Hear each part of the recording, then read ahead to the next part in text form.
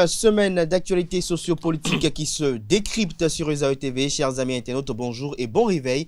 Bienvenue sur Info Hebdo de ce samedi pour lequel je reçois pour vous Georges Anagonou. Il est socio-anthropologue, analyste politique. Il sera face à Joseph Perzo Anago, directeur de publication du quotidien La Dépêche. Dans les médias comme sur les réseaux sociaux, le rapport d'audit des fonds Covid-19 réalisé par la Cour des comptes à la demande du gouvernement a donné lieu cette semaine à des commentaires, observations et spéculations diverses. Dans la foulée, des clarifications ont été apportées par les services compétents du ministère de l'économie et des finances. Toujours parlant d'actualité de cette semaine, le président Patrice Talon a rencontré mercredi dernier plusieurs personnalités politiques du pays, dont l'ancien président Nicéphore Dieudonné-Soglo, l'actuel président du Parlement béninois Louis Vlavonou et ses prédécesseurs, en l'occurrence Antoine Idi-Kolaolé, Mathurin Kofinago, Bruno Amoussou et Adrien Hungweji. Suite à la défaite des écureuils sur leur propre installation face au Mombas du Mozambique, le mercredi 8 juin 2022, un match comptant pour la deuxième journée des éliminatoires Cannes 2023, les supporters béninois ont caillassé le bus des écureuils, ce qui a occasionné 4 blessés dans le rang des joueurs béninois. 3 actualités sur lesquelles nous essaierons de commenter un peu de part et d'autre avec mes invités, tout qu'on retrouve tout de suite juste après ce jingle qui nous sépare de l'introduction avec le décryptage.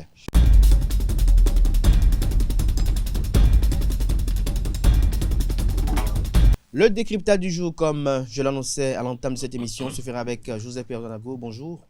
Bonjour, chers confrères. Merci d'être là ce matin. Merci également à Georges Anagonou. Bonjour. Bonjour Kader et bonjour aux auditeurs, téléspectateurs, internautes de SAIT. Merci. Alors, Joseph Perzo Anago, professionnel des médias, analyste politique, comment avez-vous traité à la rédaction de La Dépêche cette actualité liée à ces spéculations autour du rapport d'audit du fonds Covid-19 ? Merci, chers confrères. Cela ne nous a pas surpris que ça finit par fuser. On l'avait déjà dit, même sur ce plateau, si vous vous rappelez, j'avais déjà abordé cette question avec vous ici. Et mon vis-à-vis, ma net témoin, j'ai pris juste une illustration pardon, en ce qui concerne l'apport de la Banque mondiale de 19 milliards de francs CFA. Bon, évidemment, pour parler de façon triviale, 1 milliard, c'est 1000 millions. La Banque mondiale en a mis 19, c'est-à-dire 19 milliards, 19 000 millions à la disposition du Bénin dans le cadre des impacts que les populations ont dû recevoir dans le cadre de ce mal-là qu'est la Covid. Et puis, j'ai fait noter ici sur ce plateau que ces sous n'ont pas été mis à la disposition de ceux qui en ont droit. On a fait compétir plus de dizaines de milliers de personnes. Les gens ont rempli convenablement les conditions, les groupements d'artisans, et qui sont là aujourd'hui à attendre. Et on a saupoudré une dizaine de personnes à la télé qui ont dit, voilà, moi j'ai reçu mes sous, j'ai reçu 180 000, j'ai reçu 1,3 million, j'ai reçu ci, j'ai reçu ça. Ils étaient à peine une dizaine de personnes. Et puis c'est fini. Je disais, qu'on vient de m'apporter les preuves contraires. Je l'avais dit ici. Je l'ai écrit sur mon mur. Je l'ai publié sur mon site internet et ça m'a valu la suppression pratiquement du site. Ça a été trafiqué et jusqu'à aujourd'hui, on n'est pas encore. Le site de La Dépêche, ladépêche.info, on l'a abordé, on l'a illustré d'éléments probants. Ça nous a valu quoi? Le site a été traficoté et puis aujourd'hui nous n'avons pas assez à notre site. On essaye tant bien que mal de ressusciter cela. Je dis franchement, on aurait dû écouter ceux qui ont eu le courage d'élever le ton pour dire ça ne va pas. Tout à l'heure à l'entame, vous aviez cru devoir dire, et ce qui n'est pas vrai, que le gouvernement, sur instruction du gouvernement, si la Cour des comptes doit faire son travail sur instruction du gouvernement, là il y a un problème. À la demande du gouvernement. Donc, si le gouvernement n'a pas demandé, ça dit c'est blackout. Je ne crois pas que ce soit une bonne formule. Mais de toutes les façons, que ce soit le gouvernement ou ce soit le gouvernement, ce que je sais, c'est qu'il y a des institutions qui mesurent un peu le Bénin à travers un certain nombre d'observations et d'agrégats. Le Bénin est contraint parfois de faire même semblant d'être transparent. C'est-à-dire même semblant, parce que nous ne sommes pas en autarcie. Et donc, c'est ce qui s'est passé. Il y avait une centaine de questionnaires sur lesquelles il faut répondre. Et des spécialistes se sont penchés sur ça. D'où la nécessité et l'obligeance pour le gouvernement de publier ce rapport sur son site. Ce n'est pas de gaieté de cœur que ça a été fait. Bon, aujourd'hui, s'il y en a qui pataugent dans la gadoue pour essayer de se justifier en disant que c'est faux, c'est vrai. Je voudrais plutôt qu'on apporte les preuves contraires. Aujourd'hui, le rapport a été tripatouillé. Et en sa page... Le rapport n'est pas encore fini. Si vous alliez sur le site, je dis si vous alliez sur le site, parce que ça a été publié, ce n'est pas qu'on a voulu être transparent. On a obligé le Bénin à publier. C'est comme ça qu'on oblige ceux qui ont obtenu un certain nombre de fonds à publier. C'est des exigences de transparence. Ça a été publié. Et le rapport était déclaré définitif. Allez voir le rapport sur le site du ministère des Finances. C'est ce qui est écrit que je dis. Ce n'est pas ce qui a été dit que je dis. Entre ce qui a été écrit, ce qui a été publié et ce qui a été dit pour se défendre, il y a des fossés. Il y a un fossé. Donc, voilà un peu ce que c'est à la page 20, à la page 19, à la page 8 de ce rapport. Ça a été tripatouillé. Même des preuves ont été soustraites. Je parle en connaissance de cause. Allez fouiller le rapport. Georges Anagonu, est-ce que selon vous, ces commentaires que fusent de part et d'autre sont fondés au regard de... Bon, première observation par rapport à ce que Perzo a dit. Ceux qui ont rempli des conditions, déposé des dossiers et qui ne sont pas satisfaits, il faut retenir que lorsque vous déposez un dossier, il y a une équipe qui fait l'étude concrète du dossier après. Si on fait l'étude du dossier, on voit que vous n'êtes pas réellement dans les conditions, on ne vous donne pas la bourse qui a été proposée. Je ne dis pas que c'est exactement ça, mais je dis on peut aussi tenter d'expliquer quand nous sommes entre nous. Par rapport à la Cour des comptes, elle a droit à l'erreur par rapport à sa jeunesse. La Cour des comptes, on a tergiversé tout le temps et le gouvernement a eu le courage de l'installer, de lui donner les moyens de travailler. Traditionnellement, les Cours des comptes, c'est toujours comme ça. Parce que c'est des gens qui travaillent de façon minutieuse et qui arrivent toujours à épingler certains sur tel ou tel point au niveau du gouvernement, au niveau d'autres structures. Donc voilà, la Cour des comptes travaille comme ça. Et donc que la Cour des comptes épingle la gestion du gouvernement, pour moi, ce n'est pas extraordinaire. Ce n'est pas extraordinaire. Moi, j'ai suivi, par exemple, quand la Cour dit des trucs, si vous avez dit, quand la Cour dit, par exemple, on a acheté des équipements qu'on ne peut pas utiliser, qui sont restés là, on ne peut pas venir démentir la Cour. Seulement, j'ai aussi lu quelque part que le ministre des Finances dit, les spécialistes disent, oui, nous avons acheté des équipements compte tenu des orientations données au début de Covid où on a dit, on peut en avoir, il peut être, à un moment donné, qu'on peut chercher à avoir ces équipements et ne pas les avoir, que le Bénin a pris la précaution de s'équiper, de commander ces équipements-là, pour que lorsqu'on aurait besoin, ça ne manque pas. Vous savez, lorsqu'un contrôle vient et que la Cour des comptes fait son travail, quand vous êtes dans ces conditions-là, la Cour vous reproche d'avoir fait des dépenses qui ne sont pas éligibles. Parce que vous avez acheté des produits qu'on ne pourra pas utiliser et ça va rester là. Mais je précise que ça aussi, j'ai entendu des commentaires en France où on a dit, on demande aujourd'hui, en matière de vaccins, provision de vaccins là, combien la France a perdu. Les vaccins qu'on avait achetés de grandes pompes et trucs là et tout, c'est là aujourd'hui. Donc, c'est inhérent à la gestion d'une situation de crise pareille.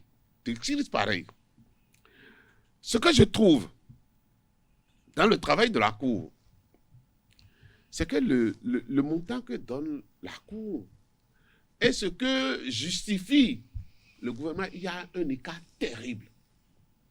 Et par rapport à ça, il y a du travail à faire de part et d'autre. C'est-à-dire du travail à faire du côté du gouvernement pour justifier. Ils peuvent faire langue de bois, ils peuvent faire la rhétorique qu'on fait à la télé souvent, parce que si on sait que tout le monde a faim dans le pays aujourd'hui et qu'on apprend Tout le monde a faim? Tout le monde a faim dans le pays aujourd'hui. Non, Et beaucoup de gens ont faim, mais pas tout le monde. Oui, d'accord. Chacun ne mange. Si ce qui est en bas a trop faim là, ce qui est en haut ne peut plus jouir complètement de ce. J'ai un ami qui disait que lui, il a suffisamment de l'argent mais que sa peur, c'est que, est-ce que nous autres, les pauvres, nos enfants vont permettre à ses enfants, à lui, de vivre de ce qu'il a amassé pour lui. Je ne sais pas ce qui se passe aujourd'hui si les enfants en profitent. Donc, étant dit qu'on a fait, et qu'on a dit qu'on est en situation de crise, on ne peut pas apprendre que tant de milliards ont été gaspillés. Ce n'est pas possible. C'est pourquoi je dis, le travail de la Cour des comptes, tu as lu, moi je n'ai pas été sur le site, pour dire qu'on avait écrit que le rapport est définitif. Il y a toujours de la contradiction, il y a contradictoire lorsqu'il y a un rapport pareil, que le gouvernement vienne. J'ai appris, j'ai lu aussi que la Cour dit les éléments apportés par le gouvernement ne sont pas suffisants pour pouvoir justifier de ce qu'il y a. Nous sommes dedans. Ce qu'on a voulu pour créer la Cour des comptes là, nous sommes vraiment dedans.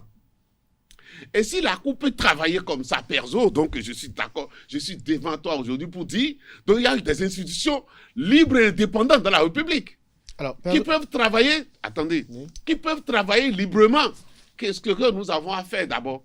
C'est d'acclamer cela et de laisser la place aux accusés d'apporter la preuve contraire de ce que la Cour a donné. Donc, c'est maintenant que le travail commence pour chaque partie. La Cour va démontrer ce qu'elle a mis dans le rapport et le gouvernement aussi va s'échiner à démontrer, à apporter les justificatifs pour dire ce n'est pas ça, c'est ce qui s'est passé. Et ça, c'est nécessaire, ce débat-là. C'est très nécessaire, ce débat, parce que si ce que la Cour dit est vrai, il y a une autre Cour qui a du boulot. C'est la criette qui est très active. La Cour de répression des d'autres infractions. trucs là, la criette doit se saisir, la justice doit se saisir du dossier pour qu'on puisse voir clair dans ce qui se passe. Moi, je pense que le rapport, pareil, ne peut être que provisoire compte tenu de la jeunesse de la Cour. C'est-à-dire une Cour relativement, c'est pas relativement, très jeune, qui vient de sortir peut-être l'un de ses premiers grands rapports, et le gouvernement, parce que, comme je le redis une fois, l'écart est trop grand pour que ça puisse paraître. Perzo Anago, il a dit que le rapport fait suite à un rapport intermédiaire qui a fait l'objet d'informations complémentaires transmises à la Cour sous la contrainte de délai de publication du rapport. Ces informations n'ont pu être analysées et prises en compte de façon complète par la Cour. Ces éléments et d'autres précisions complémentaires ont été envoyés de nouveau à la Cour des comptes. Ils seront intégrés dans un nouveau rapport qui sera publié suivant l'agenda de la juridiction. Qui a dit ça? Évidemment, il va se refuser de vous dire que qui a dit ça? C'est un certain porte-parole qui a dû dire ça. D'accord. Et donc, il ne faut apporter que le crédit qui sied à ce genre de déclaration. Non, il faut qu'on connaisse les auteurs, ceux qui ont fait cette déclaration. Bon, je pense que c'est cela, en tout cas. Moi, je voudrais dire ceci. À écouter mon vis-à-vis tout à l'heure, je suis resté sur ma faim, même si... On tente de dire que la Cour des comptes est relativement jeune. Mais elle va grandir en expérience. Je voudrais dire ceci. Est-ce à dire que le personnel qualifié est-il jeune? Parce qu'il ne suffit pas qu'on me change d'appartement pour que je ne sois plus celui que je suis. On me met dans une nouvelle maison, dans un nouvel appartement, et puis, bim, je ne suis plus qui je suis. Non. C'est une insulte. Par rapport à la mission confiée. J'ai encore la parole. C'est une insulte à l'intelligentsia de ce pays. Nous sommes d'accord. Si demain, je ne voudrais pas appeler de nom, sinon je suis tenté de dire, les membres de la criette, si on les déplace dans un nouvel appartement, doit-on déjà dire qu'ils sont relativement... Non, pas du tout. Mais taisons ce débat et avançons, pour dire ceci. Non, je ne suis pas d'accord à ce qu'on nous fasse croire que ceci n'a pas abouti. Est le résultat d'un gouvernement qui a eu la volonté. Et que la Cour des comptes, selon son le agenda, Togo doit en a, rendre parce public que encore. Fort Yadema, Fort Nyasingbe en a... Il faut souvent éviter de nous comparer au Togo. Non. Les pays africains en ont pas parce que les présidents en voulaient vraiment. Je suis désolé. C'est une obligeance. C'est une obligation. C'est une 90, ça n'a jamais été installé. J'ai encore la parole. C'est une contrainte. C'est une contrainte. Parce que pour aller chercher les sous des autres, il vous impose un certain nombre de comportements à avoir. Et je dis, cette publication, certains n'auraient jamais voulu que ça soit publié. Mais on dit, c'est aussi une condition sine qua non. Mais c'est cela. Donc, ceci étant, on va avancer pour dire ceci. Le rapport qui est publié Le rapport, la version du gouvernement, il faut aller... Si sur ce plateau, il y en a qui n'ont pas eu accès à ces documents, je voudrais les prier, n'est-ce pas, d'aller le faire et de revenir me raconter ici avant l'heure.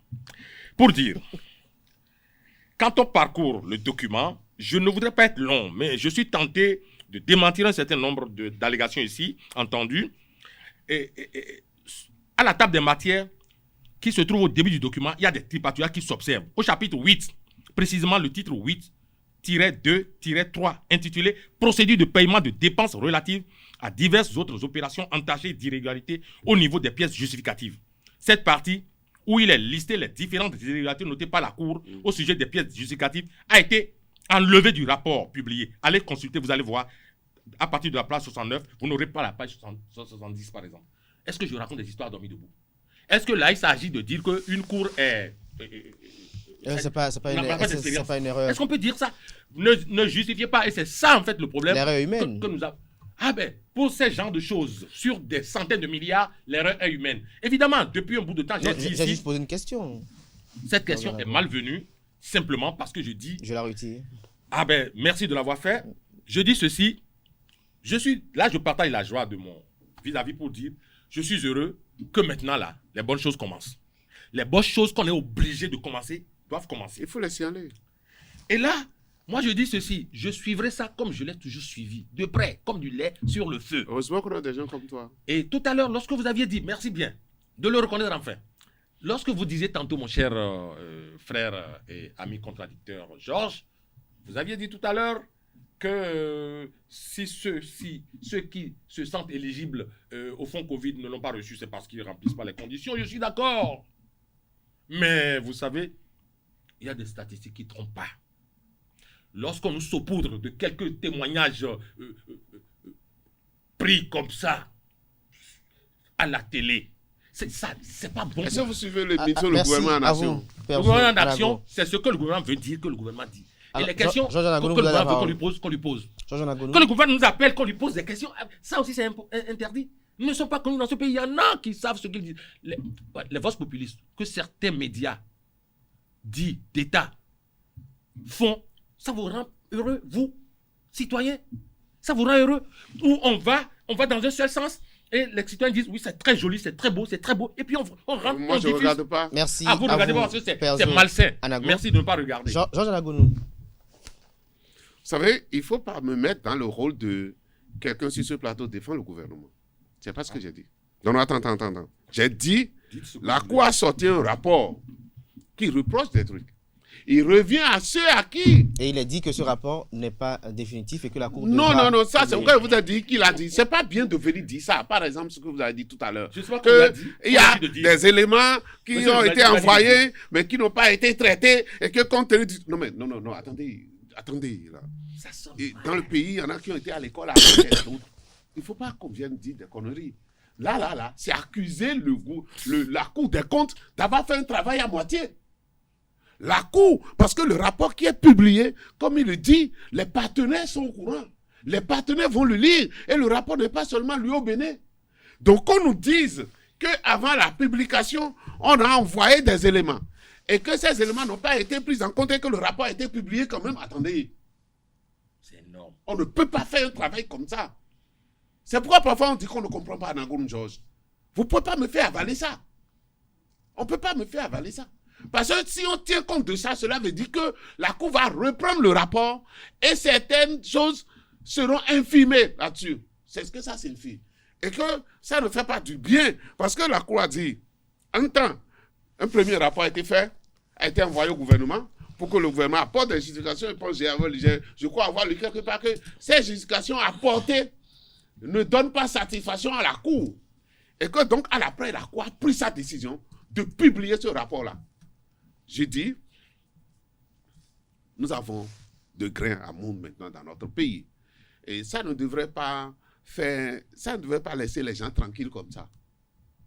Les gens doivent être en train de s'agiter pour forcer les différents... Mais moi, j'ai lu dans la semaine que, par exemple, que les militaires qui ont été retenus pour faire un travail spécial pendant la période-là n'ont pas été payés. Même les policiers, ce n'est pas les militaires seulement. Les policiers n'ont pas été payés.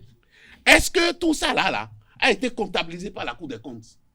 Et depuis qu'on a dit ça, personne n'est monté au créneau pour dire ah non, les policiers ont été payés. C'est faux ce qu'on a dit. Autant d'interrogations que peut-être donc à partir de les ce jours moment-là, à venir, notamment la semaine prochaine, vous allez vous rendre disponible. Comme je vous ai dit,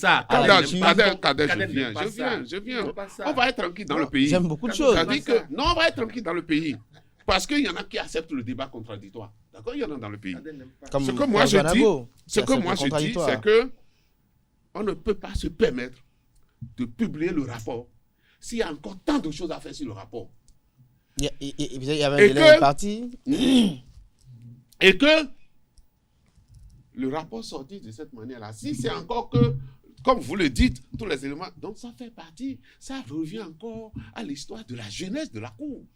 Quand il dit tout à l'heure que s'il ne suffit pas de changer de chambre, mais vous savez, dans leur poste où ils étaient avant, tous ceux qui étaient nommés à la Cour, on leur a confié une nouvelle mission.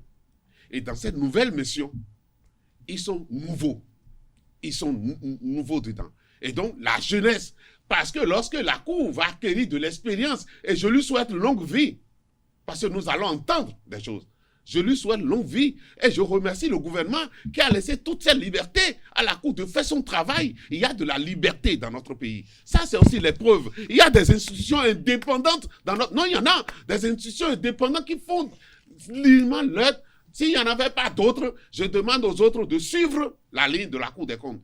Qui, en réalité, pour notre suivi, la Cour doit être libre.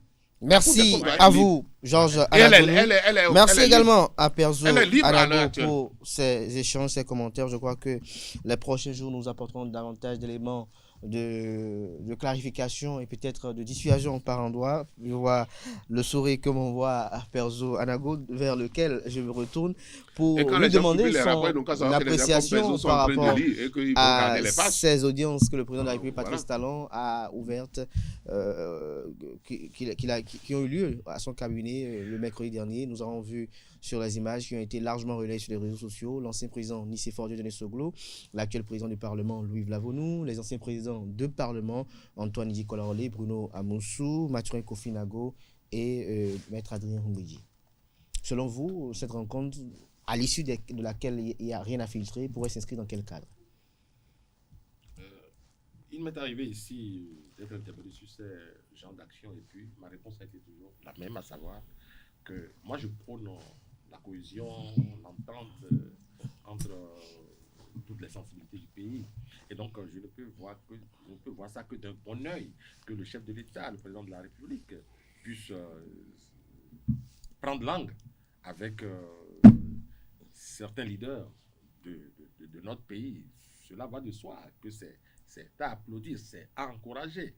Maintenant, moi, ce n'est pas parce que le chef de l'État a décidé, selon son agenda, de recevoir certaines sensibilités que moi, je vais me mettre à applaudir jusqu'à me rompre les phalanges. Non, je dirais, voilà qui est OK. Et maintenant, qu'est-ce que ça m'inspire comme réflexion? Ça, c'est autre chose. Entre apprécier et dire, ah mais tiens, c'est formidable, ce qu'il vient de faire, mais ça doit se faire, il faut l'encourager. Je l'ai fait. Maintenant, moi, on doit me permettre de faire mon commentaire. Est-ce que selon vous, il s'agit de consultation politique? Cela va de soi. Tout, ça peut ne pas être tout, mais c'est politique quand même. Le chef de l'État est un personnage politique. Et ces personnes que vous aviez citées, citez-moi une seule de ces personnes qui ne sont pas politiques. Elles sont toutes politiques. Ah, merci. Donc, l'activité, l'action, l'environnement, le contexte, tout est politique. Et donc, quand c'est politique, on peut y greffer tout ce qu'on veut. Et on va me laisser la liberté de dire, ça peut se solder par du pipeau, comme ça peut se solder par quelque chose de beau. C'est ça aussi la politique. La politique, c'est à la fois pipeau et puis beau. Quand ça devient beau, tout le monde applaudit parce que chacun y trouve son compte. Le chef de l'État a estimé à cette période précise, selon son agenda, et il a trié sur le volet, ah oui, politiquement parlant, qui il veut rencontrer. J'attends qu'il reçoive un certain Zanaï Candide, par exemple, qui n'aime pas non moins une personnalité politique, avec un parti politique régulièrement reconnu. Et puis les autres. Vous voyez, c'est ça le Bénin en réalité. Et après, je me prononcerai. Mais j'observe ce qui se passe, et je ne peux tirer de conclusion, mais ce que je voudrais dire, c'est que c'est politique, c'est une démarche politique dans un contexte politique et nous avons en perspective les élections. Ah, le chef de l'État, généralement, lorsqu'on approche les élections, on voit un peu les bonnes actions, marketing et tout le reste que le chef de l'État déploie, Julien. C'est gré d'ailleurs. Voilà ce que moi je constate. Georges Anagonu, c'est la même question pour vous. Ces rencontres là augurent de quoi? Donc, la démarche du chef de l'État de chercher à concerter certaines personnalités du pays sur même l'état du pays, sur la gestion, sur ce que ces personnalités pensent de ce qui se passe, de la vie que nous menons dans notre République, c'est tout à fait normal. C'est tout à fait normal. Ce qu'il y a, je ne sais pas si je n'ai pas bien lu, je ne sais, rien n'est sorti, on n'a rien filtré dans la presse par rapport à l'objet de leur rencontre. Sauf si je n'ai pas bien lu. Partout, j'ai vu les photos, ils les ont rencontrés et tout, mais ils ont parlé de quoi? Justement, c'est ça pour que nous puissions savoir qu'est-ce que ça va donner demain. Si nous ne savons pas de quoi ils ont parlé, on ne peut pas savoir de quoi ça va donner demain. Et je ne voudrais pas que ça soit ça. Parce que dans le passé, rappelez-vous par exemple, le président Talon a rencontré le président Yahya Boni. On avait placé tellement d'espoir. On attendait tellement de désespoir. Mais on a su de quoi ils ont parlé. Oui, mais et la suite? On a tout au moins su de quoi ils ont parlé. Oui, là, donc, cette fois-ci. Et ça a permis d'avoir des attentes. Mais après, c'est que c'est parti dans l'oubliette aujourd'hui. C'est passé dans l'oubliette aujourd'hui parce que peut-être que nous, observateurs, on n'a pas bien observé. Peut-être qu'il y a eu quelque chose. Moi, je ne sais pas. Je ne sais pas. C'est vrai que de ce côté-là... On peut demander et ne pas être... Aujourd'hui, on peut lancer les trucs facilement à Tchaourou et tout ça. Donc, peut-être ça. C'est accalmie là. Et ça aussi, c'est pas rien. C'est quelque chose. Ce que je voudrais dire, lorsque le chef de l'État, malgré son calendrier, prend soin de rencontrer ces gens, moi, je voudrais croire qu'il a appelé tous ceux-là pour prendre des conseils d'eux. Et nous savons que, comme il a dit, les échéances électorales s'approchent. Est-ce que c'est pour ça? Si il a pris conseil, rien n'est filtré de ce qu'ils ont dit. Donc, c'est sur le terrain que nous allons voir ce que ça va donner. Mais vous, en tant qu'analyste politique averti, lorsque vous regardez un peu le tableau de ce qui s'était rendu au palais de la Marina, il s'agit quand même des personnalités qui ont quand même rythmé et influé la vie politique péninoise. Voilà, si vous dites ça, on parle de Bruno Amoussou, on parle de Adrien Mbedi, on parle de Kofi Nago. Vous voyez, et tous ceux-là, sauf le président Nicéphore Soglo, tous ceux-là qui ne fait même plus de mouvement. Non, le gars n'est plus. Non, mais attends, c'est quand même, il est temps qu'il se repose. Si vous et moi, on ne peut pas. Ça veut dire que, en quelque sorte, il n'y a que des mouvanciers, sauf quelqu'un qui ne fait plus rien. Non, attends. Donc pour vous, quelqu'un qui mérite un repos. Je dis, il n'y a eu que des mouvanciers, plus quelqu'un qui n'est plus dans le mouvement. Vous m'avez posé la question ou à lui? Il m'a provoqué. Donc, quand on présente le tableau comme ça, effectivement, le président Soglo, le président Talon peut parler à tout moment qu'il veut avec Mbouji. Il le soutient, il est dans son Dieu. Il va parler avec Idji, il le soutient. Il va parler avec mon grand frère, Nago Maturin, il le soutient. Mais les autres, Bruno Amoussou, il le soutient. Qui est ton grand frère? Vlavonou. Ah non, là. Bon, mais voilà. Donc, quand vous présentez ce tableau-là, rien que pour ça, si c'est pour, en tout cas, moi je suppose que le président Talon, il a fait ça pour avoir des conseils. Si c'est pour avoir des conseils, pour moi, le tableau pouvait être encore beaucoup plus enrichi pour que les débats soient contradictoires autour de lui et que lui tire le milieu de tout ça pour savoir ce qu'il va faire. Donc, si ça n'a pas été le cas, et on sait comment les gens parlent au président dans notre pays, sauf le président Soglo, on sait comment les gens parlent au chef de l'État dans ce pays-là, donc je ne sais pas si les gens ont eu le courage de dire des trucs. Alors, lorsque je retourne vers vous, Joseph, c'est là où vous me créez des difficultés. Lorsqu'on prend le personnage Patrice Talon, le président de la République, on sait que c'est un homme qui ne fait rien au hasard. Cette rencontre aurait pu se tenir au domicile du chef de l'État, sans que personne ne soit au courant. Elle aurait pu se tenir peut-être dans un autre cadre. Tout à l'heure, Georges Anagonu avait dit que le président Patrice Talon pouvait rencontrer Bruno Amoussou quand il le veut, où il le veut, sans que personne ne soit au courant. Mais cette rencontre s'est tenue au palais de la Marina, la présidence de la République, où on a vu ces images-là.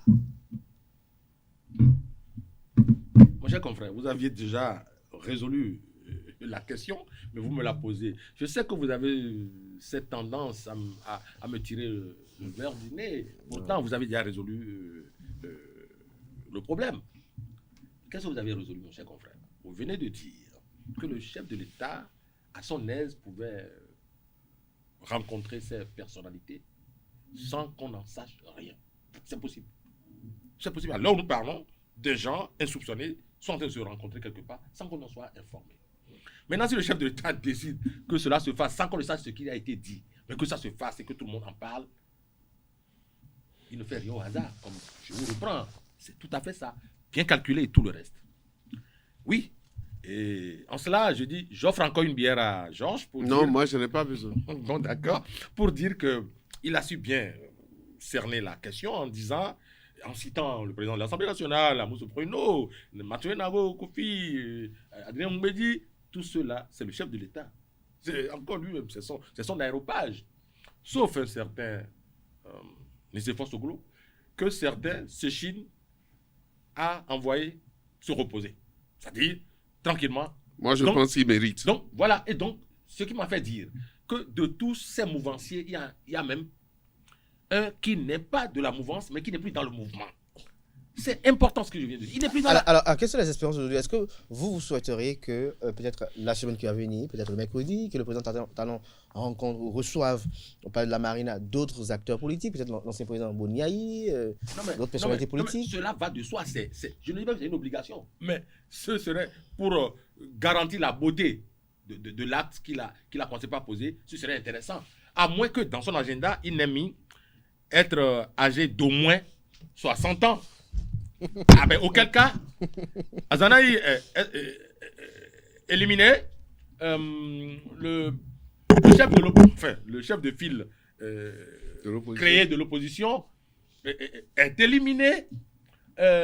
Comment il s'appelle? Président démocrate, Éric Mouté. Éliminé, parce que n'ayant pas 60 ans. Donc si le chef de l'État a prévu que c'est des gens qui sont déjà physiquement à la retraite qui doit recevoir ce beau monde qui est en attente. Oui, justement, c'est pour ça que je vous posais la question. Oui. Vu le type de personnalité qui a été reçue, vu leur parcours emblématique dans la vie politique béninoise. Non, écoute, je ne crois plus en ça, moi.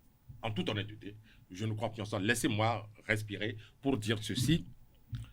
Puisque tout à l'heure, de bon ton, Georges, mon vis-à-vis, disait « Ah non, mais il est temps que le président Soglo aille se reposer. » Cela veut dire qu'il est arrivé à un niveau où d'autres doivent pouvoir le remplacer. Nous sommes d'accord. Des Éric Ndete, des Azanaï, des... Koloboné. Oui, le chef de file de l'opposition. Paul Humpé. Paul Humpé, des Paul Humpé. L'opposition fabriquée, les chefs de file de l'opposition légalement. Qui a été monté de toutes pièces. Voilà, par exemple, des gens, c'est ça, c'est du sang neuf. Mais alors, si le chef de l'État choisit d'aller chercher ceux qui sont déjà à la porte du repos, il a cette raison que je ne suis pas obligé, n'est-ce pas, de dépouiller. Alors, Georges Anagonu, quelles sont vos espérances? Moi, je pourrais me poser une question. Bon, après, je ne sais pas. Je suis peut-être con parce que parfois les gens me disent finalement, on ne sait pas qui tu défends. Alors, je ne défends personne. C'est une bonne chose. Je suis analyste politique. D'accord? Et par rapport à ça, j'aime bien, la dernière fois encore, je suivais Claude Guéant. Et sur, je pense que c'est télé ou BFM, on lui posait la question, tu supportes qui et tout. Et Claude Guéant dit non. Si je vous dis, alors je deviens porte-parole. Moi, je suis analyste politique. Et par rapport à ça, je peux vous dire ici que le président Talon est mauvais. En analyse politique, le président Macron, qu'il a posé des actes que je les critique ici. Mais en d'autres situations, qu'il a posé des actes que j'apprécie. C'est en ça que je suis analyste politique. Mais si je viens sur votre plateau tout le temps pour dire il est bon, il a dit, je deviens porte-parole. Et moi, d'ailleurs, personne ne m'a désigné porte-parole. Pourtant, je me pose une question par rapport à ce qu'on a vu. On ne veut pas que filtre ce qui a été dit entre eux. C'est normal. Mais je peux poser cette question à la cellule de communication. Pourquoi a-t-on montré les images? Parce que les images, on a voulu que les images soient montrées. Non, pour faire quoi? Pour faire quoi? Puisque on ne sait pas.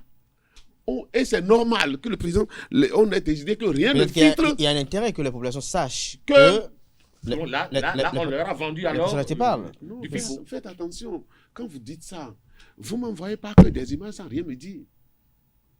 Ça me prend pour un C'est con. me prendre pour un con. Je ne sais pas. Moi Pour une bride aussi, de parfois, ils pensent que je suis contre eux. Alors, non, je ne suis pas contre les gens. Mais ce que nous voulons faire, C'est nous pas- réfléchissons. c'est pas une erreur Nous de sommes la un certain CDC. nombre dans le pays, ce n'est pas un certain nombre. Les Béninois sont très intelligents et on réfléchit. On nous a montré les images. On ne sait pas ce qui se sont dit. Pourquoi nous a-t-on publié alors les images partout? Peut-être Les images ne seraient jamais peut-être- publiées si le chef d'État n'a pas dit OK, c'est bon. Je ne sais pas. Moi, je pense Merci. que Si c'est je suis les président de la République, je veux recevoir, je dis, je vous en prie, c'est off. Merci. Et puis ce sera off record. Merci à vous, Père Zonago. Merci également à Georges Anago. Nous allons encore peut-être y revenir peut-être la semaine prochaine. Alors, cette semaine, il y a également cette rencontre footballistique qui a opposé le Bénin au Mozambique qui a défrayé la chronique. D'entrée de jeu, Père Zonago, le match lui-même, quelle est votre appréciation? Chers confrères, moi j'ai observé et je voudrais nous inviter à plus de pondération. Le Bénin venait d'où? Côté football, on venait d'où? Les résultats que nous avions observés, je n'ai pas, moi, l'habitude de dire c'est une question de chance et autres. Mais il y a un certain nombre de circonstances qui se sont réunies et qui ont donné ces résultats. Ce ne sont pas, et il faut avoir le courage de le dire aussi, ce ne sont pas des résultats tangibles que nous avions véritablement engrangés, dont nous devrions être fiers et aller nous reposer sur nos lauriers. C'est-à-dire quand je parle des autres résultats, en 2019 par exemple, avec du CR et tout le reste. Mais il faut travailler à l'interne. Les nations que nous admirons, les nations de football que nous admirons, et je vais me réserver de prononcer des noms, de citer des noms, comme l'a si gentiment relevé tout à l'heure mon contradicteur d'en face, pour dire qu'il y a des nations qui sont tout à fait proches de nous, à côté et tout le reste, qui ont mis tous les ingrédients en place pour obtenir des résultats. Toute chose que vous entreprenez, vous aurez des résultats si vous y mettez ce qu'il faut. Nous n'avions pas suffisamment mis ce qu'il faut. Nous n'avions peut-être pas mis du tout ce qu'il faut. Et donc, il y a eu des clientélismes et tout à des niveaux donnés et à des moments donnés. Les résultats sont là. On a eu, en face du Sénégal, on a vu ce que ça a donné. Certains étaient surpris. Moi, personnellement, je ne l'étais pas. Peut-être que je ne suis pas un féru du football. On s'est retrouvé avec, en face, le Mozambique, les Mambas. Et on a vu le résultat. Et puis, ce qui m'a le plus marqué, c'est ce que nous en avions fait. C'est-à-dire, on s'en est pris aux joueurs, aux coachs, c'est-à-dire à tout le staff, comme si il leur revenait à eux seuls, les 11 joueurs et le staff, il leur revenait à eux seuls de faire le miracle. Mais attendez, quand on prend l'équipe nationale, du Bénin, on prend l'équipe nationale de l'autre pays que je ne voudrais pas citer, à l'intérieur, vous allez voir les têtes fêlées, ceux qui étaient dans des championnats, et comment ils fonctionnent déjà, ce qu'ils engrangent avant de venir en équipe nationale. Maintenant, je voudrais qu'on fasse encore la même opération par rapport à notre équipe et qu'on dégage ces têtes fêlées qui, individuellement, sont puissants, collectivement, intenables. Non, nous n'avons pas ça. Maintenant, est-ce qu'en le disant, je suis contre l'équipe nationale? Je dis non. Mais ils nous ont offert ce à quoi nous avons droit. On prend avec. Lorsqu'ils s'en vont rapporter des résultats qui étaient les faits de circonstances qui se sont accumulées en notre faveur, des circonstances, je vous en prie, on était heureux, on exultait de joie et on trouvait que nous étions les meilleurs. Maintenant, ils reviennent avec ce qui nous convient, c'est-à-dire au regard du miroir, le reflet même qu'on devrait avoir. Et voilà, on caillasse les véhicules et on s'en prend à un joueur. Et là encore, je voudrais dire ceci, je ne le connais pas personnellement, on n'est pas des amis, Jodel Dessous par exemple. Mais c'est son droit le plus absolu par exemple, d'aller supprimer de sa page ce qu'il pense être utile. C'est sa page, c'est son mur. En d'autres termes, le gars il fait sa clôture, il est dans sa maison, il a mis tout ce qu'on veut, des fanions tout autour de sa maison et tout, il a mis des couleurs, et puis un beau matin, ça lui prend, il va, il enlève les fanions, il dépouille tout ça, il est à l'intérieur de sa concession. Et puis il y en a des intelligents qui ne savent même pas à quel niveau on tape les pieds dans un ballon, il y en a comme ça, et qui lui donnent des leçons, et qui s'en prennent à lui, et qui le bannissent déjà. Je trouve que c'est des détails sur lesquels je ne voudrais pas revenir, malheureusement, mais je tenais à le dire, je ne suis pas spécialement branché foot. Mais je trouve que ça là, on est en train de franchir un pas. Il va falloir que ceux qui s'adonnent à ce genre de jeu puissent être rappelés à l'ordre. Chaudel n'a rien à foutre. Il est libre de faire ce qu'il a fait parce que c'est sur sa page. Est-ce que moi, pas je suis allé sur cette page? Non, puisque je ne connais pas cette page-là. Georges Anagounou, c'est la même question. En fait, en football, il n'y a pas de génération spontanée. En football, il y a que il faut construire votre pépinière et l'amener de façon constante à se développer. Moi, lorsque le nouvel entraîneur est venu, il a livré quelques matchs. Et on avait eu de bons résultats au départ là. Et tout le monde a crié. Oui, voilà, c'est le bon entraîneur ça. Et donc, il faut lui... J'ai entendu sur des pages des gens responsables qui ont dit des trucs. Oui, que le gouvernement a mis Tout de assez suite. d'argent, que le gouvernement a mis Tout assez de d'argent. suite. Oui, c'est ça qui a donné. C'est l'argent qui a donné. Alors, c'est celui-là qui s'en va livrer match contre le Sénégal. Le Sénégal, vous savez qui c'est? C'est l'équipe qui a éliminé toutes les autres équipes africaines pour être championne. Toutes les autres équipes africaines. L'Égypte, tout ce monde-là. D'accord? Et pourtant, ces équipes-là ont des joueurs d'expérience. En fait, je me suis posé une question. Les talents qu'on avait sur le terrain, le Bénin a mis 11. Le Sénégal a mis 11 aussi. Mais il se fait qu'il y a un seul talent chez les Sénégalais Il a mis 3. qui a la valeur de tous les talents que nous avons sur le terrain. C'est-à-dire, en matière de revenus, ce que Sadio Mané prend, quand on met tous nos joueurs ensemble, ça dépasse ce qu'ils prennent. C'est ce talent-là qui est sur le terrain et avec qui on a joué. Donc, premièrement, monsieur, et notre entraîneur vient de prendre l'équipe.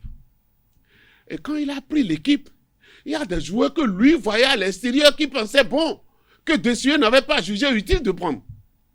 Il a voyagé, il est allé les voir, il les a appelés.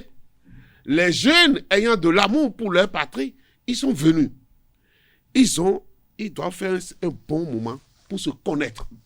Pour se connaître. Se connaître en jeu, c'est savoir que lorsque moi j'ai pris la balle, mon partenaire, il a la capacité d'être sur l'autre, elle là-bas. Parce qu'ils ont joué ensemble et ils se connaissent. Si on ne se connaît pas, je ne peux pas savoir qu'en réalité, moi je pense qu'il n'est pas encore là. Ce qui fait qu'on envoie des ballons, là-bas ne va trouver personne. Parce que personne n'est là. Regardez les matchs des gens. Et donc, c'est ceux-là qui ont joué contre le Sénégal. Déjà qu'on a eu le match, contre le Sénégal, ça fait 3-1, des trucs déjà sur la toile, on disait tout ce qu'on voulait. Et les joueurs, même comme les joueurs en ont l'habitude, ils ont dit, nous allons livrer le prochain match, eh bien, on va se donner. Qu'est-ce qu'on dit? Mais il n'y a que... comment on appelle ça? La spontanéité dans le jeu, ils ne se connaissent pas encore. Et donc, ils ne peuvent pas avoir cette spontanéité-là dans le football. Et le football ne pardonne pas. Donc, ils sont venus jouer chez nous. Et comme le dieu de football est toujours comme ça, on a été tenu en échec chez nous. Et c'est ce que j'ai entendu. J'ai lu Kiki qui a dit ça. Je pense un joueur de l'équipe qui s'appelle Kiki. Il dit, moi, je voudrais parler à nos vrais supporters. Les vrais supporters, c'est quand on est en train de mener leur équipe qui chante encore fort. Il devient fou. C'est ça, les vrais supporters. Et le Bénin, même si on n'a pas une bonne équipe, on ne peut pas avoir de vrais supporters. Nous-mêmes, là, on ne peut pas apprendre à supporter notre équipe. Et ces jeunes-là, qui ont leur vie, ce qu'ils gagnent aujourd'hui, là, c'est parce qu'ils jouent au football. S'ils sont blessés comme on a fait, ils ne vont plus jouer. Ils retournent dans les pays où ils n'ont plus de ressources. Mais c'est leur avenir qui a hypothéqué. Et parce qu'ils ont perdu ce match-là. Non, mais c'est ça aussi, ce que nous avons besoin de corriger dans cette liberté que nous avons acquise depuis 90. Nous avons... Non, d'accord. Et c'est moi qui dis ça. C'est Anagounou Georges qui dit ça. C'est pas Pezo. Être oligarque, ce n'est pas une question de liberté d'esprit. Pezo, c'est parce que ceux-là ont cru qu'ils pouvaient faire ce qu'ils veulent, que le bus des joueurs a été attaqué. J'espère que la police est en train de chercher les auteurs qui ont fait ça. Parce que si on ne les cherche pas et qu'on ne les punit pas, ça ne va pas donner confiance aux jeunes. l'entraîneur peut les appeler, ils vont refuser de venir. Et ça ne va pas donner aussi le temps à notre entraîneur de grandir et d'avoir beaucoup d'expérience pour dire maintenant nous avons une équipe, parce que nous n'avons jamais une équipe. Regardez, depuis que j'ai entendu, ils ont dit ça, quelqu'un a dit, nous n'avons pas Cesséon, mais nous avons quand même des gens dans l'équipe. Cela veut dire que Cesséon, c'est une valeur qui est partie et qu'on n'a pas su remplacer Cesséon jusqu'aujourd'hui. C'est ce que ça signifie. Donc, nous avons besoin de construire notre équipe, qu'on prenne le temps. Et que ce qu'on est en train de faire venir, qu'on les encourage et qu'ils acceptent de venir. Sinon, l'entraîneur va appeler les gens et vous allez les voir. Beaucoup vont dire non, non, merci entraîneur, mais nous, on ne vient pas. Et ça, c'est dangereux pour nous. Alors, Père Zanago, ceux qui ont attaqué le but, selon vous, quelles ont été les réelles motivations, selon vous? Est-ce que c'est juste l'amertume, la déception de ce match-là ou... Aucune raison ne peut autoriser ce qu'ils ont eu à faire. Je comprends que la passion exacerbée peut conduire à des comportements du genre. Je comprends, puisque ça se passe ailleurs. Ce n'est pas une fabrique béninoise. C'est-à-dire ce n'est pas une particularité béninoise, ce qu'on a observé. Ça s'est passé au Nigeria. Mais je dis, même en Europe, la Ligue des Champions, enfin, le dernier match là, qui a eu lieu en France, on a observé. Et ça fait polémique présentement en France. Mais je dis, nous avons très peu ça, c'est les bandits qui ont attaqué les spectateurs. Ça, c'est pareil encore ici. Ce sont des bandits. S'ils ne le sont pas, ils n'allaient pas faire ce qu'ils ont fait. Parce que nous avons très peu d'infrastructures. Nous avons déjà très peu d'infrastructures. Nous avons, en termes de mobilité, nous avons très peu de véhicules pour déplacer les joueurs. Et nous avons très peu de joueurs, comme l'a dit Georges, pour détruire tout ça. C'est-à-dire, on s'en prend à un joueur, a-t-on dit, je n'étais pas là, qui est obligé de se réfugier dans le bus. Et on est allé maintenant caillasser le bus pour en découdre avec le joueur. Et il y a un audio de merde, enfin que Dieu me pardonne, qui disait, ils ne peuvent pas sortir en langue locale, laissez-les sortir, on va voir. Ils n'ont qu'à dormir là-bas. Nous, on les attend ici. Mais attendez, vous les attendez, vous les avez payés, vous les avez envoyés à quelle mission? C'est-à-dire, lorsque ces gens-là se mettent à faire le sport, le matin peut-être à 5 h du matin, ils courent, ils grimpent, ils sautent, ils font tout. Il y en a qui sont en train d'hériter de leur dernière bouteille de bière, prise la veille. Ils sont rentrés à 4 h du matin. Ceux qui caillassent aujourd'hui, ils ont pris leur sodabi quelque part dans un coin miteux. Vous voyez, on ne peut pas permettre ce genre d'exaction, d'extrapolation. Et ce n'est pas une bonne chose. Et donc, je me dis ceci. La police ou la police ou les autorités compétentes feront leur job en ce sens. Georges a soulevé un certain nombre de points que je partage entièrement. Remettre les joueurs en confiance, construire notre football. Je ne dis pas qu'on n'a pas du football. On a du football d'un niveau donné. Parce que je suis sûr que le jour où on nous mettra en face une équipe de Kaolack ou de Thiès en face d'une équipe de quartier, nous, on va les étrier. Ah oui, ça, je parle du Sénégal. Hein. C'est-à-dire, on va chercher un club dans les confins de Dakar, on va nous les affronter. Et puis, avec nos écureuils, on va les étriquer. Ça n'a aucun intérêt pour eux. Ah ben, c'est pour vous dire. C'est pour vous dire que nous avons une équipe. Quand on me dit qu'on n'a pas du tout d'équipe, nous avons une équipe qui, à un niveau donné, peut affronter celui qui... Allez chercher, par exemple, quelques jeunes du quartier de Vossa pour affronter les écureuils. Est-ce que vous les étriquez, par exemple? Donc, nous avons au moins une équipe d'un niveau donné. Alors, c'est dire que ne détruisons pas ce que nous avons. Nos infrastructures, nos joueurs, nos bus, on a besoin de les entretenir. Mais il y a aussi ce que moi j'entends parfois et je dis non, faites doucement. On a vu des ministres de la République, lorsque, au retour d'une pérégrination dans un pays, les écureuils rentrent avec un peu de gain, ce ministre ou ces ministres s'empressent d'écrire. C'est grâce aux investissements du gouvernement de la rupture. Voilà, désormais, rien ne sera plus comme avant. Le lendemain, ces ministres ou ce ministre n'écrivent plus rien. Merci à vous, Père Anago. Je le cite. Anago, un mot pour conclure. Non, ce que je voudrais dire, c'est que tout le monde puisse comprendre que nous avons besoin. Si nous voulons être au niveau où les autres pays en sont, nous avons besoin. C'est vrai que dans une équipe, il y a aussi des individualités et ceux-là qui sont des meneurs de jeu. Et tout ça, il faut chercher dans la pépinière et chercher à construire l'équipe. Donc, c'est une question de longue haleine. Parce que là, comme je le répète encore, on vient de mettre Latonji, l'entraîneur. comme dirigeant de l'équipe nationale. Il a un poids assez lourd sur ses épaules qu'il faudrait qu'il puisse avoir de résultats. Dans ces conditions, il a besoin qu'on l'encourage. J'ai mis des gens écrits pour dire nationaux, maintenant, entraîneurs nationaux, c'est fini. On n'en veut plus. Or, on a vu qu'au Sénégal, dans certains pays, ça a donné des résultats.